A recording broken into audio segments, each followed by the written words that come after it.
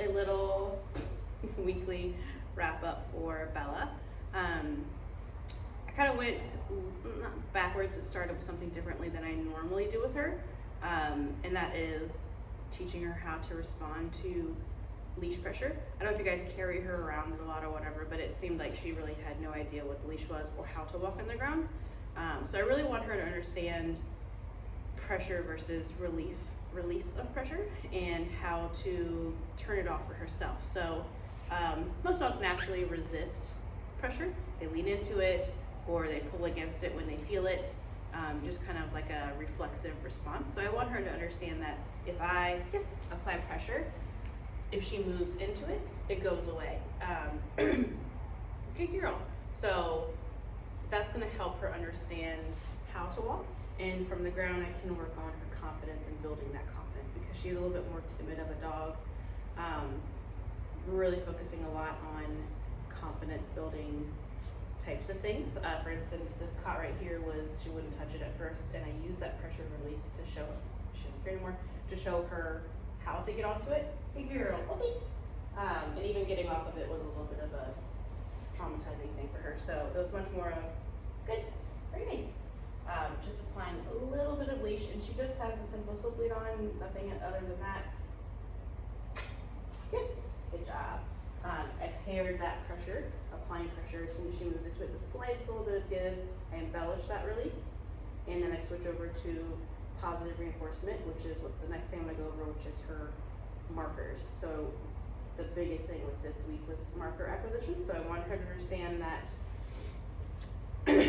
what each marker meant. So a marker is going to be a word that marks a moment in time that I like, something that she does. And for her, that's going to announce the arrival of a reward or a reinforcement. So before I actually use those markers, I want to make sure that she understands that the two events are, they mean the same thing. So I can use markers to let her know when I like something that she does, and it bridges the gap between that event and delivery of the reward, so that we don't accidentally reward anything that happens between those two events. So it is important that the moment she does something that we like, we deliver that marker, even if there's like a lull in time before we can actually deliver the reinforcer, because it doesn't matter, we marked the moment that we liked. She has a couple different markers that mean different things for her as far as what we're expecting her to do within behavior. The biggest one right now is going to be that yes marker. Yes means I like what you did, come take something from me. So it is a terminal marker, meaning the behavior is done. It is always going to be followed with a reinforcement every single time. And then we have good and okay. Those are going to be centered around building duration. So good means I like what you did, continue to do it. And once we're a little bit farther along, we'll utilize no and pressure if she breaks behavior or stops doing the behavior before I release her with the terminal marker. Okay. Okay means behavior is done, you can go do whatever you like. So really with okay, I'm teaching her that when I say okay, we're done engaging, you can go do your own thing. So the okay and yes are different in the sense that yes is I like what you did, it's over, come take something from me. And okay is I like what you did, you're done, you can just go do your own thing now.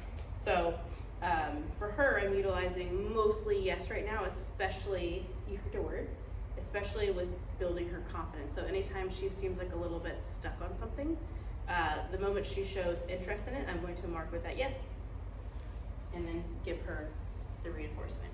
How I deliver the yes reward is going to be, instead of just smashing into her face, yes, I'm going to let her come chase after it and be fun and silly. Like I want her to be upbeat about it. So when we're using yes, it's going to be a lot of excitement and enthusiasm, because I want to increase the value of the reward that I'm offering. Again, instead of just like, here's a treat, I want it to be, yes. Oops. You touched my shoe. Yes. Like even a little bit of misses and things like that. I want it to be a playful bit. I don't want to get into too much of having all these thoughts in my brain of things that I want to talk about, but I might save those for another time. I guess really the biggest thing is her being hyper and such. I don't know if she's really hyper at home. She doesn't seem to be very hyper here. But as we progress, I will say that I like to kind of make it clear when she's allowed to be excited versus when I want her to be a little bit more calmer. So for me, in my house, I only do calm stuff inside, so I don't do a lot of play. I don't really do a lot of the yes markers and things like that. We're gonna focus more on place, good, calming behaviors where I want her to be in duration and thinking about good, the things that she's doing. I'm really going to mostly interrupt arousal and things like that inside. On the same token, I want to make sure that she does have opportunities to be excitable and have fun, and that's going to be in a different environment. So for me, that's just outside. For you guys, if you can find out whatever that is, if it's the backyard or when you take her out to play. She's a puppy and she should be given those opportunities to be excited and have fun and play. But we just want to make sure that we're clear with when those opportunities are allowed, so that she's not switching them, where she's crazy and running around and being hyper inside because we're allowing a lot of energy and we're getting her all worked up and things like that. You should always be, no, we're settling down. Anytime she gets excited, I'm going to either put you away in a crate, or I'm just going to put you, whatever, calming her down. You can grab the leash and say, hey, settle down, whatever. Outside is when we do all of the fun, crazy stuff. And I'm kind of biting my tongue a little bit on things because we haven't gotten there yet with training, so I'm trying not to throw a bunch of different words and stuff that she's not ready to implement at home yet. So if you have any questions, let her roll today. Okay. Do not hesitate to reach out. She's doing really well training. It's been a lot of relationship building this week because she's a little bit unsure of me, which is fine. But she's coming along nicely and has really come out of her shell, and I've noticed a lot of her being excited to be around me.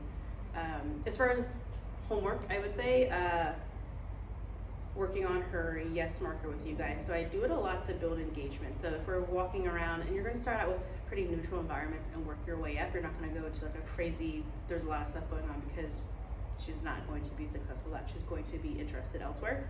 And just work on, if you're moving around, yes, whenever she pays attention to you, say yes, and then deliver that reward.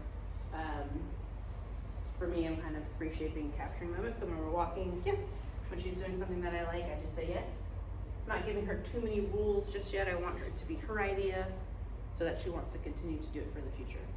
All right, we're done. We're done.